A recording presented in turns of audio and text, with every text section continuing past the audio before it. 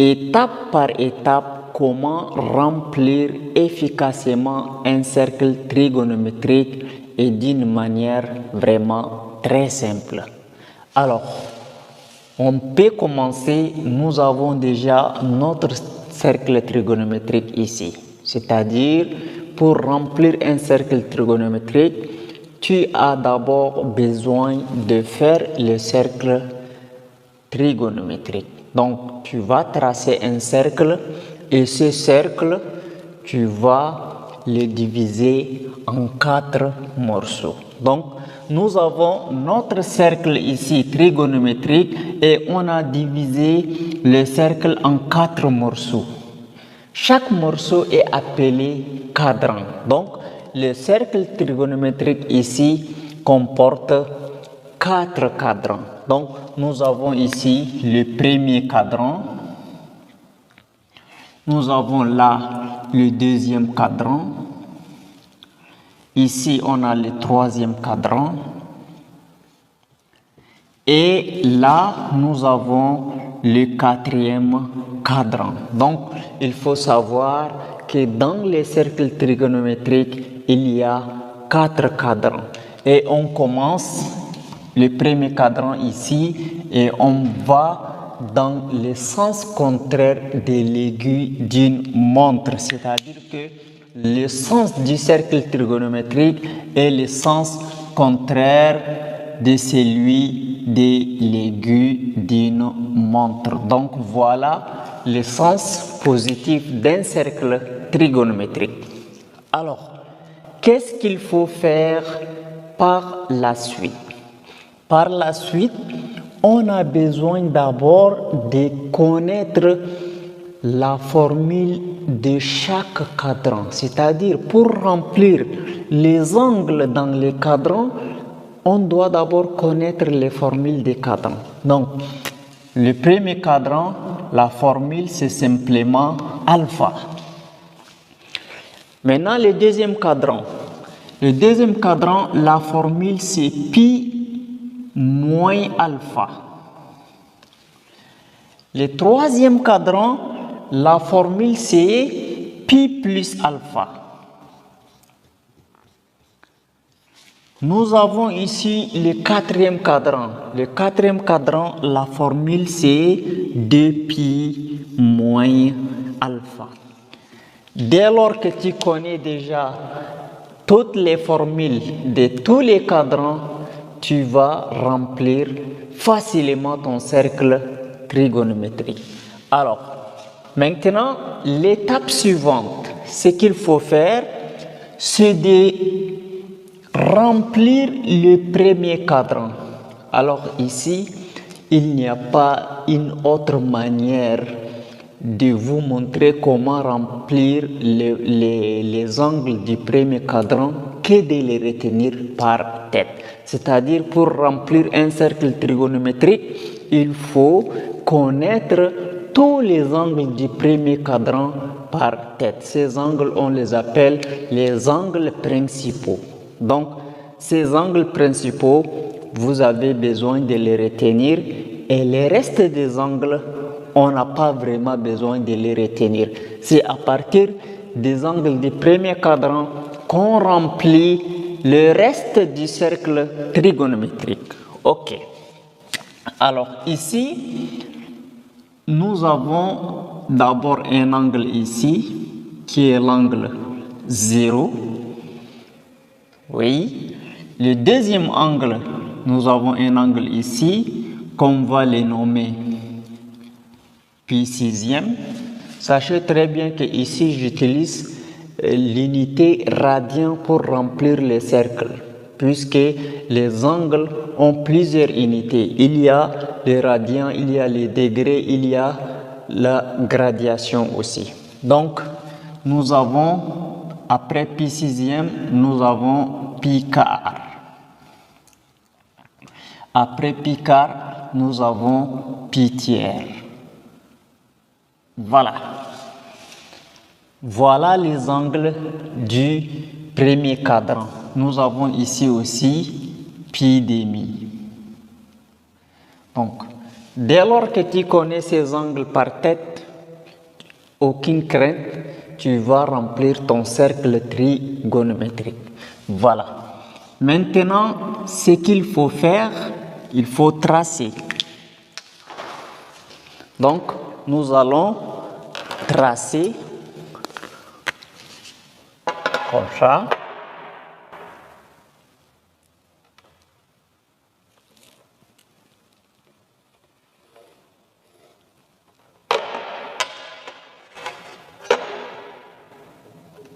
Voilà.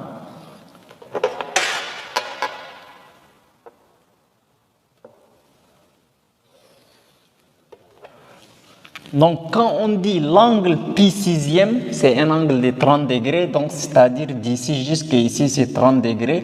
Pi quart, c'est 45 degrés. C'est d'ici jusqu'ici. Pi tiers, c'est 60 degrés. Et pi demi, c'est 90 degrés. Donc, on a déjà rempli les angles du premier cadran. Passons au remplissage des angles du deuxième cadran. Donc, pour remplir les angles du deuxième cadran, il suffit que vous fassiez une projection horizontale, c'est-à-dire comme ça. Maintenant, même ici, vous prenez pi quart, vous projetez horizontalement comme ça. Pi sixième, vous projetez bien horizontalement comme ça. C'est-à-dire que la projection de pi tiers va être ici, la projection de pi quart va être ici, la projection de pi sixième va être ici. Mais comment faire? Alors, il suffit juste d'appliquer la formule. On a dit que les angles du deuxième cadran ont pour formule pi moins alpha. Pi moins alpha veut dire pi moins alpha. Donc alpha, c'est quel angle?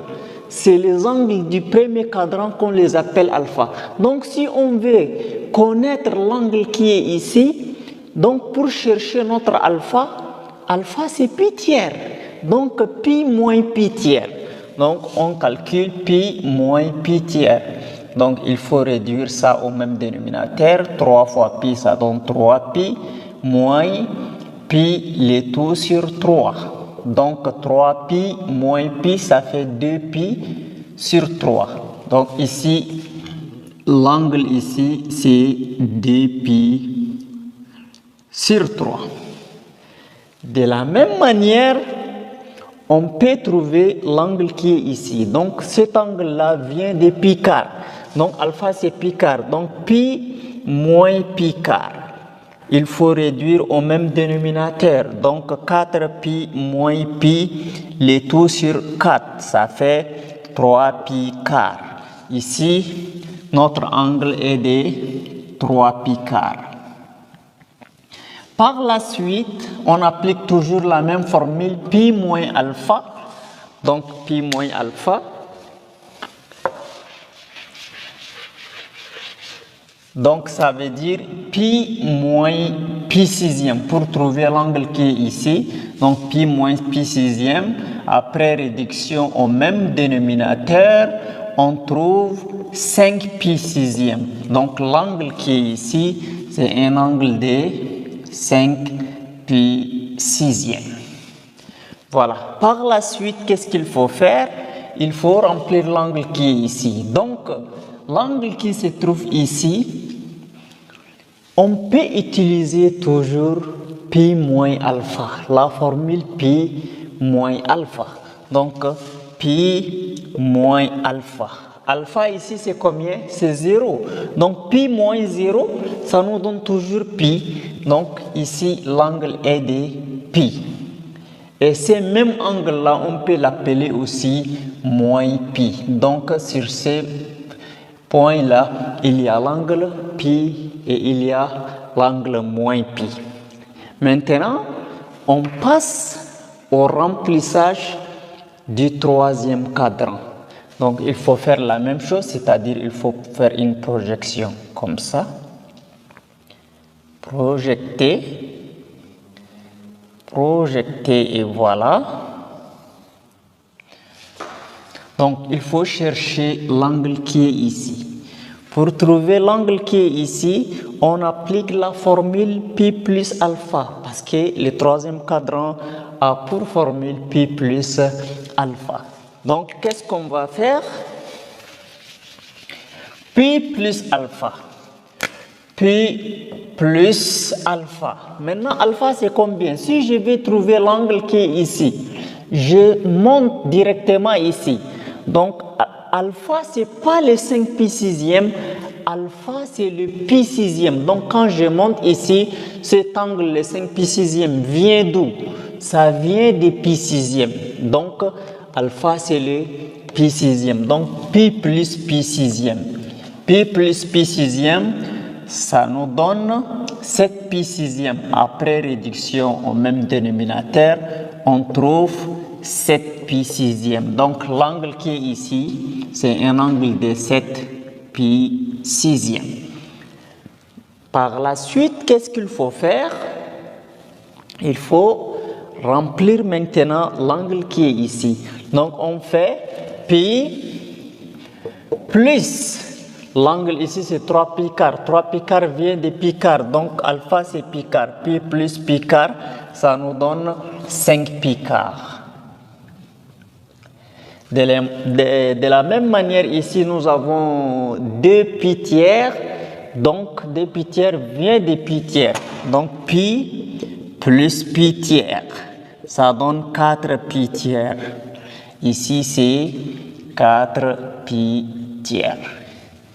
Maintenant, ici, donc c'est toujours la formule pi plus alpha qui est valable.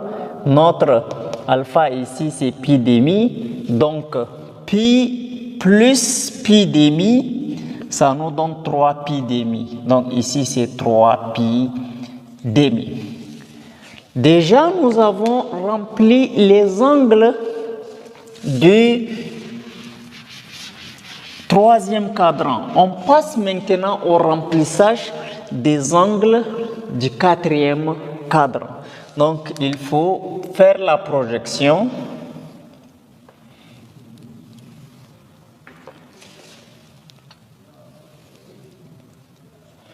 Voilà, donc on peut projeter comme ça.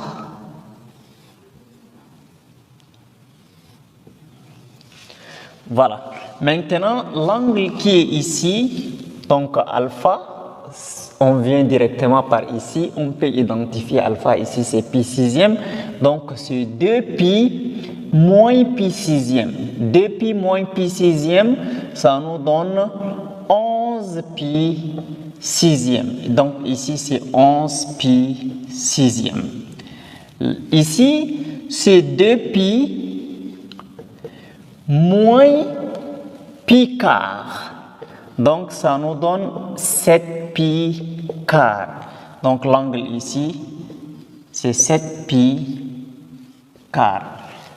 Alors, là, c'est toujours la formule 2 pi moins alpha, 2 pi moins pi tiers, ça nous donne 5 pi tiers. Donc, ici, c'est 5 pi tiers. Alors, c'est pas fini. Ce remplissage a été fait en utilisant les formules du premier cadran, du deuxième cadran, du troisième cadran et du quatrième cadran. Mais les angles du troisième cadran et du quatrième cadran, pour les trouver, vous n'êtes pas aussi obligé d'utiliser les formules telles que pi plus alpha et 2 pi moins alpha. Mais vous pouvez directement prendre ces angles-là et les projeter négativement. C'est-à-dire que ici, comme c'est pi sixième, vous pouvez ici écrire ici que l'angle c'est moins pi sixième. Donc, si l'angle est 11 pi sixième ou moins pi sixième, c'est en fait le même angle. Donc ici, 7 pi quart, vous pouvez simplement écrire moins pi quart, c'est-à-dire que vous prenez ici le négatif. Donc 7 pi quart ou moins pi quart, c'est la même chose. Ici, l'angle est pi tiers, donc au lieu de 5 pi tiers, vous pouvez seulement écrire moins pi tiers. Notre angle ici, c'est pi demi. Donc, directement ici, vous pouvez dire que l'angle là, c'est moins pi demi. Ça ne dérange pas. Notre angle ici, 4 pi tiers. Donc, prenez le 2 pi tiers et projetez-le négativement. Donc, ça fait moins 2 pi tiers. Et l'angle 5 pi quart, c'est moins 3 pi quart. L'angle 7 pi sixième, c'est aussi moins 5 pi sixième. Et ici, nous avons, quand on fait un tour complet, c'est-à-dire qu'il y a les 2 pi là. On a rempli le cercle. Maintenant, les valeurs de cosinus d'un angle et les sinus d'un angle, on ne les a pas remplis. C'est-à-dire que ici, l'axe qui est ici, c'est un repère. Notre axe ici également, c'est un repère. Donc, ça c'est Y, ça c'est X. Et ici, c'est l'origine de notre repère. Donc, on a dit qu'un cercle trigonométrique est un cercle de rayon 1. C'est-à-dire que d'ici jusqu'à ici, c'est 1. D'ici jusqu'à ici, c'est 1. D'ici jusqu'à ici, donc comme c'est un repère, c'est le côté négatif, c'est moins 1. Donc ici jusqu'à ici, c'est moins 1. Maintenant, entre 0 et 1, il y a dans les gradations, c'est-à-dire là où la ligne de pi tiers et 5 pi tiers passe, nous avons 1 demi. Ici, on a racine carrée de 2 sur 2. Nous avons racine carrée de 3 sur 2. Également ici, nous avons 1 demi, racine carrée de 2 sur 2 et racine carrée de 3 sur 2. Donc ici également, nous avons moins 1 demi, moins racine carrée de 2 sur 2, moins racine carrée de 3 sur 2. Ici, nous avons moins 1 demi, moins racine carrée de 2 sur 2, moins racine carrée de 3 sur 2. Alors, ceci est vraiment très important de connaître quel est le cosinus de pi tiers, quel est le cosinus de pi quart, quel est le cosinus de 5 pi quart, quel est le sinus de 11 pi sixième et ainsi de suite. Donc, si vous avez par exemple cet axe, on l'appelle l'axe des cosinus et celui-ci est appelé l'axe des sinus. Si par exemple, je prends l'angle 7 pi tiers qui est ici, 7 pi quart autant pour moi qui est ici.